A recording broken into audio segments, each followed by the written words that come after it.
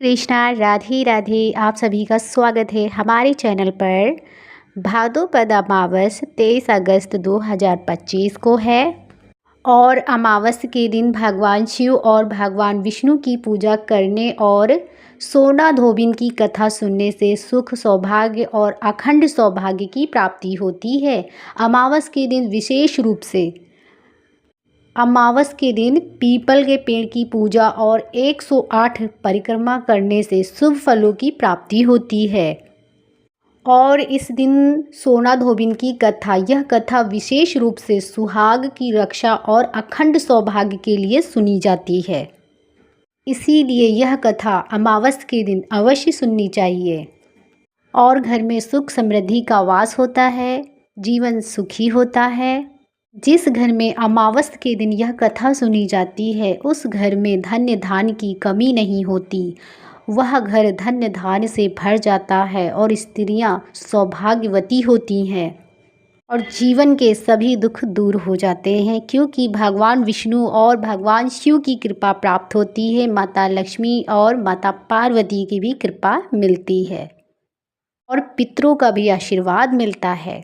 आइए कथा को आरंभ करते हैं। कथा को पूरा सुनते हैं। आधा अधूरा सुनने से दोष लगता है, इसलिए कथा को पूरा सुने सच्चे मन से।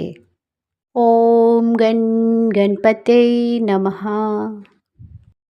पौराणिक कथाओं के अनुसार एक गांव में एक गरीब ब्राह्मण परिवार रहता था। उस परिवार में पति पत्नी एवं उसकी एक पुत्री भी रहती थी।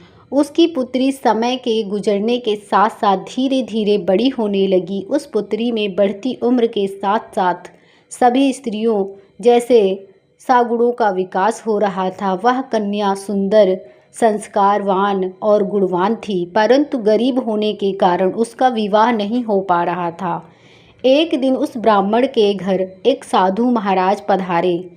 साधु उस कन्या के स्वभाव से अत्यधिक प्रसन्न हुए। कन्या को लंबी आयु का आशीर्वाद देते हुए साधु ने कहा कि इस कन्या के हाथों में विवाह योग्य रेखा नहीं है। तब ब्राह्मण दंपति ने साधु से इसका उपाय पूछा। कन्या ऐसा क्या करे कि उसके हाथ में विवाह योग बन जाए। साधु महाराज ने कुछ देर विचार करने के बाद अपनी अंतर्दृष्टि से ध्यान करके बताया कि कुछ ही दूरी पर एक गांव में सोना नाम की एक धोबिन महिला अपने बेटे और बहू के साथ रहती है, जो बहुत ही आचार विचार एवं संस्कार संपन्न तथा पति पारायण है। यदि यह सुकन्या उस धोबिन की सेवा करे और वह महिला उसकी शादी में अपने मांग का सिंदूर लगा दे तथा उसके बाद उस कन्या का विवाह हो जाएगा, तो इस कन्या का वधवय योग मिट सकता है। साधु ने यह भी बताया कि वह महिला कहीं बाहर आती जाती नहीं है। यह बात सुनकर ब्राह्मणी अपनी बेटी से धोबिन की सेवा कराने का प्रस्ताव रखा। अगले दिन से ही कन्या सुबह ही उठकर सोना धोबी के घर जाकर साफ सफाई एवं अन्य सारे कार्य करके अपने घर वापस आने लगी। एक दिन सोना धोबिन अपनी बहू से पूछती है कि तुम तो सुबह ही उठकर सारे काम कर लेती हो और पता भी नहीं चलता। बहू ने कहा, माँ मैंने तो सोचा कि आप ही सुबह उठकर सारे काम खुद ही खत्म कर लेती हो, मैं तो देर से उठती हूँ।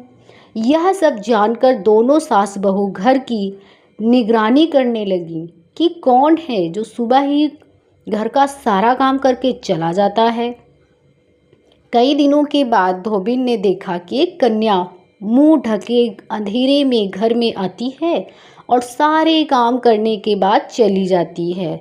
जब वह जाने लगी तो सोना धोबिन उसके पैरों पर गिर पड़ी, पूछने लगी, आप कौन हो और इस तरह छिपकर मेरे घर की साफ सफाई क्यों करती हो। तब कन्या ने साधु द्वारा कही गई सारी बात बताई।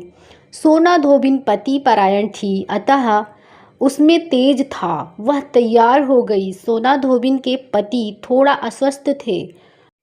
उसने अपनी बहू से अपने लौट आने तक घर पर ही रहने को कहा। सोना धोबिन ने जैसे ही अपने मांग का सिंदूर उस कन्या की मांग में लगाया, सोना धोबिन का पति मर गया।